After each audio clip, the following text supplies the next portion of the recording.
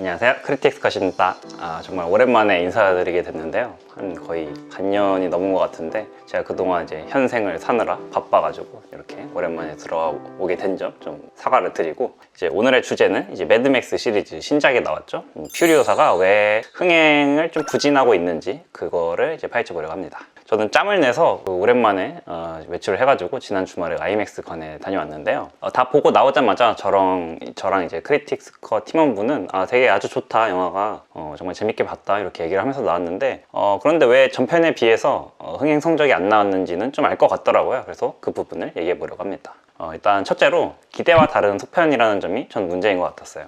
지난 2일에 제가 그 서울 아트 시네마를 가가지고 그 친구들 영화제를 가서 옛날 옛적 서부에서라는 작품을 봤습니다. 그 이명세 감독이 게스트로 와서 영화에 대한 얘기를 했는데, 이때 그 자기 좀 옛날 얘기를 하면서 이 영화를 혹시 지루하게 보신 분들이 있을까 걱정이 됐다라는 이제 맥락 속에서 어떤 얘기를 했냐면, 자기가 옛날에 그 왕가희 감독의 그 아비정전이라는 영화가 개봉을 했을 때 그게 약간 그 전작과 조금 다른 결을 가지고 있는 작품, 지루하고 약간 난해한 느낌의 그런 작품이었기 때문에 사람들이 당시 극장에서 막 유리창을 깨고 난동을 부리면서 환불을 요구했다, 이런 얘기를 하더라고요. 이번 영화를 보고 저는 어쩌면 이 분노의 도로를 보고 새롭게 매드맥스 시리즈에 유입됐던 팬들이 이번 퓨리오사를 본 다음에 조금 그 아비정전을 봤을 때처럼 좀 실망을 하지 않았을까 하는 걱정이 조금 들더라고요. 이제 퓨리오사는 전체적으로 봤을 때 분노의 도로에 비해서 좀 스케일이 작은 느낌을 주고 있습니다. 전형적인 좀 외전 스타일 작품이라고 저는 생각이 들었고, 그야말로 그냥 프리퀄에 걸맞은 작품이다. 이는 중간에 그 전쟁 얘기를 할 때 좀 나레이션으로 떼운다든가 하는 부분에서 좀 잘 느껴지기도 합니다. 아마도 그 전작의 모래폭풍 씬이나 막 시타델로 돌아가기를 결정하고 나서 펼쳐지는 그 액션 씬들을 기대했던 사람들이라면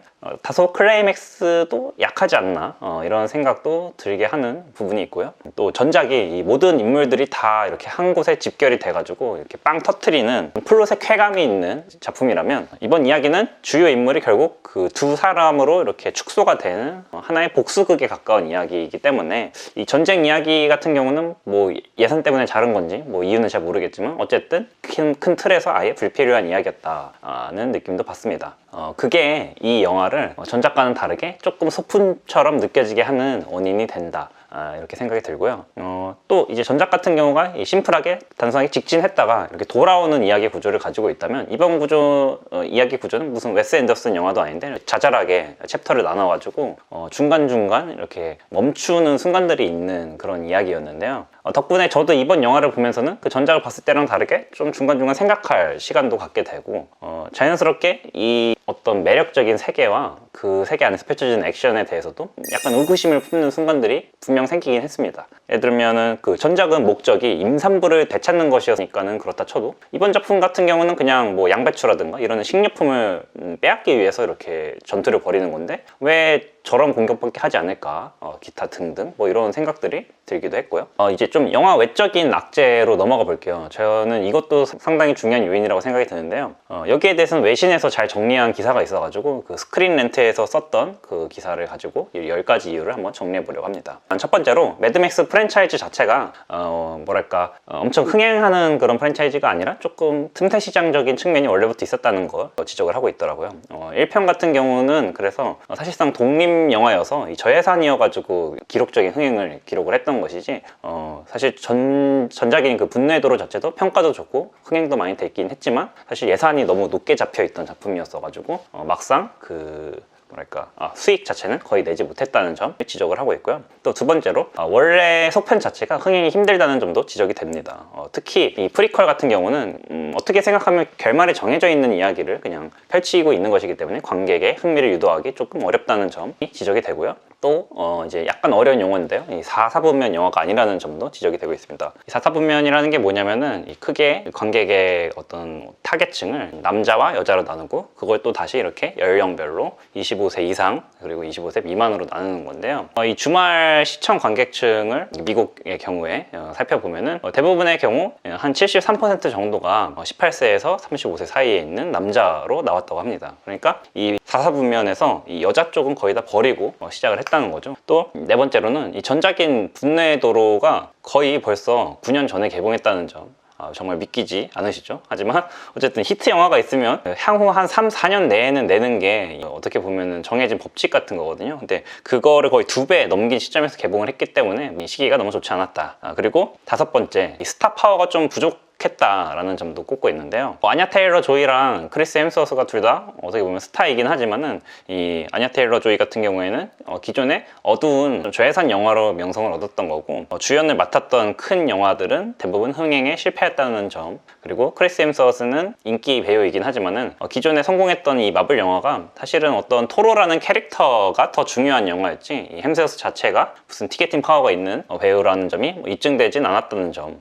그 점들을 꼽고 있습니다. 또 6번째로 이 영화가 입소문이 필요한 영화라는 점을 지적을 하고 있어요. 약간 즉각적으로 좋은 성적을 거두기에는 이 영화가 다소 어떤 흥행 공식에 딱 들어맞는 측면은 가지고 있지 않다. 이 부분은 조금 더 나중에 제가 자세히 다뤄보도록 하고요. 그리고 7번째로 경쟁 작품이 나타났다. 이 미국의 경우에는 가필드라는 이 영화가 개봉을 하면서 전 연령층, 이 가족 타겟팅 영화로 시청자층이 좀 넘어가는 경향을 보였고, 그래서 R등급 영화였던 퓨리오사가 좀 고전을 할 수밖에 없었다. 그리고 VOD라는 이 요소도 꼽고 있는데요. 예전에는 이런 규모가 큰 영화가 개봉을 했을 때 처음 개봉된 다음 한 몇 달이 지나서야 이 집에서 볼 수가 있었거든요. 그런데 요즘은 업계 전반에서 이 스트리밍 시장으로 빠르게 진출하는 경향을 보이고 있기 때문에 한 달 안에 VOD로 집에서 볼 수 있는 이 작품을 굳이 보러 갈 필요가 있을까 하는 어떤 이 변화한 어떤 뭐랄까 이 세태 때문에 좀 고전을 했다. 그리고 9번째로 배우가 바뀐 점을 지적을 하고 있습니다. 이 퓨리오사의 인기는 이 분노의 도로 당시에도 사실 어떤 이 캐릭터 자체보다도 샤를리즈 테론이라는 어떤 배우에 좀 의존하고 있는 면이 있었다는 점을 지적을 하고 있습니다.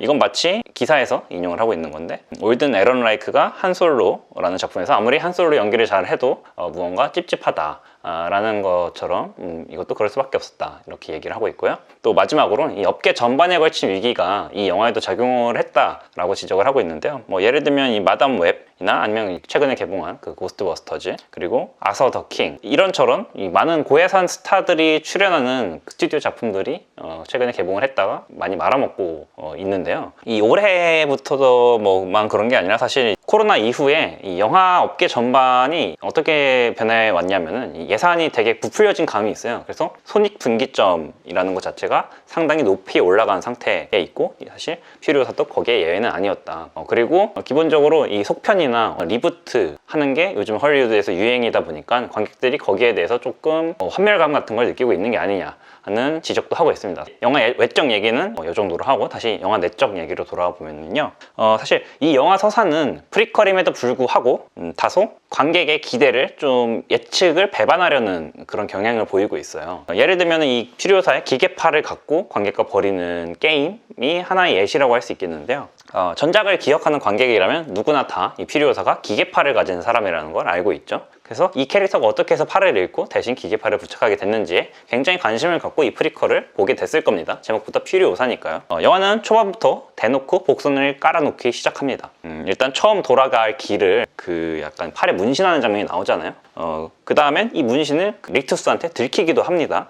탈출하는 그 장면에서 리투스가 퓨리오사가 퓨리오사인지 모르는 상태에서 어디서 본 것 같다 하는 이런 막 대사를 치는 그런 장면이 나오잖아요. 그래서 혹시 이것 때문에 자기 정체를 들키지 않으려고 팔을 자르는 건가 하는 생각도 관객에게 심어주고요. 또 이 다음에는 그 성인이 되고 나서 팔 쪽을 칼로 이렇게 찔리는 장면을 보여주기도 해요. 그래서 혹시 이 부상으로 인해서 뭐 폐혈증이나 이것 때문에 팔을 자르게 되나? 라는 생각도 잠깐 하게 되지만은 역시 이것도 아니라는 점을 좀 영화가 보여주게 되죠. 그래서 나중에 밝혀지는 진실은 뭐냐면은 디멘투스랑 싸울 때 그 디멘투스한테 쫓기다가 이 팔이 그 바퀴에 이렇게 부딪혀가지고 약간 너덜너덜하게 된 상태에서 이 팔이 묶이는 어떤 고문 같은 걸 받게 되고 스스로 이 매달린 팔을 끊어내고 탈출하는 이야기로 돌아가게 되는데, 핵심은 뭐냐면은 앞에 깔렸던 복선은 다 무화가 되고 그냥 이 장면 하나만으로 이 팔의 서사가 완결이 되어버리는, 무언가 우리가 기대했던 어떤 그런 이야기랑은 약간 다른 결의 이야기가 나오면서 관객의 기대를 배신하게 되는 결말이 펼쳐지게 된다는 거죠. 그래서 이런 어떤 영화의 기조 있잖아요. 그러니까 그 관객의 기대를 계속해서 배신하는 기조요. 이거를 나중에 그 복수극이라는 이 영화에서 가장 핵심이 되는 디멘투스에게 복수하는 장면에서 이거를 디멘투스라는 캐릭터가 자기 입으로 대사로 설명을 하기도 합니다. 그래서 넌 나와 같다. 그래서 나는 네가 날 죽인다고 해도 뭐 별로 아무렇지도 않다. 이런 식으로 자꾸 대사를 치잖아요. 그래서 결국에는 어떻게 복수를 하더라도 영 약간 개운치 못한 어떤 감정을 품게 만드는 그런 안티클라이맥스적인 면이 이 영화에 있다는 거죠. 그래서 결국에는 이 복수극이라는 큰 서사의 틀에서 무언가 이 영화의 결말이 개운치 못한 느낌을 관객에게 남겨주게 됩니다. 저는 보면서 어떻게 보면 이 작품의 매력이라는 생각도 했는데요. 굉장히 고예산으로 찍은 큰 블록버스터 작품임에도 불구하고 굉장히 용감하게 관객에게 개운함보다도 찝찝함을 안겨주려는 이 선택은 사실은 좀 용감한 선택이죠. 그래서 저는 이 피리오사가 여러 가지 제가 앞서 나열한 결함 같은 것에도 불구하고 굉장히 매력적인 작품이라고 생각을 합니다. 일단 뭐 좋은 점도 얘기를 해보자면은 제 생각에는 이번에도 상상을 초월하는 그런 액션씬 같은 것들이 중간중간 나와줬다고 생각을 해요.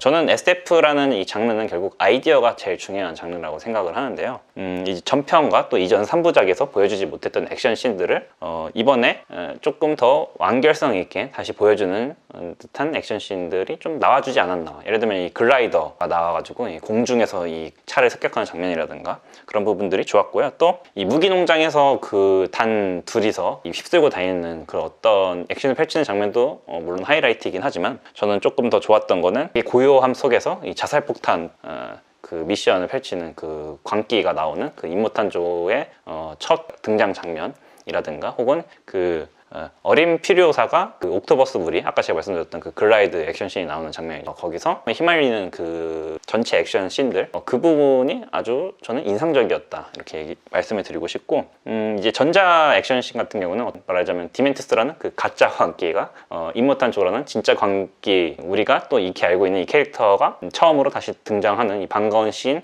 그래서 이제 그런 것들이 약간 복합적으로 작용을 하면서 되게 좋은 씬이 완성됐다고 생각이 들고요. 또 후자는 우리가 분노의 노래에서 열광했던 그 액션 씬들을 다시 이렇게 재현하는 듯한 모습이 보여가지고 또 역시나 반가운 장면이었고요.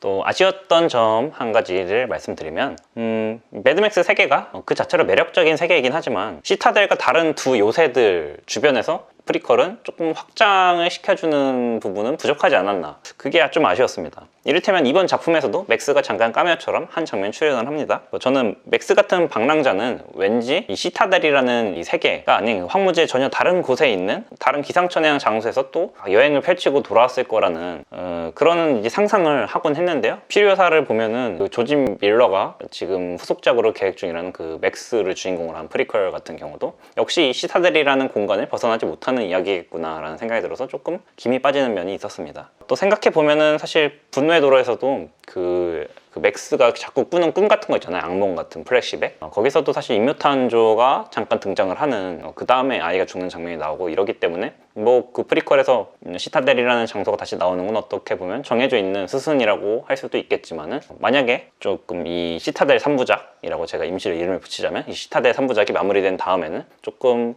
다른 세계를 좀 펼쳐 보이는 건 어떻겠는가 라는 생각도 들곤 합니다. 그래서 어떻게 생각을 하면은 빨리 이 시타델 3부작이 마무리되든가 이번처럼 9년 동안 찍는 게 아니라 그 다음에 또 새로운 이야기를 시작을 하든가 아니면은 차라리 맥스 프리퀄도 이렇게 늦게 나올 거라면은 아예 새로운 그냥 이야기를 한번 펼쳐보는 건 어떤지 라는 생각도 드는데요. 양쪽 어느 찍이든 간에 이 조지 밀러 감독님의 만수무강을 빌어야 하는 수밖에 없겠죠. 그래서 지금까지 저는 오랜만에 돌아온 크리티스 컷 이병현이었고요.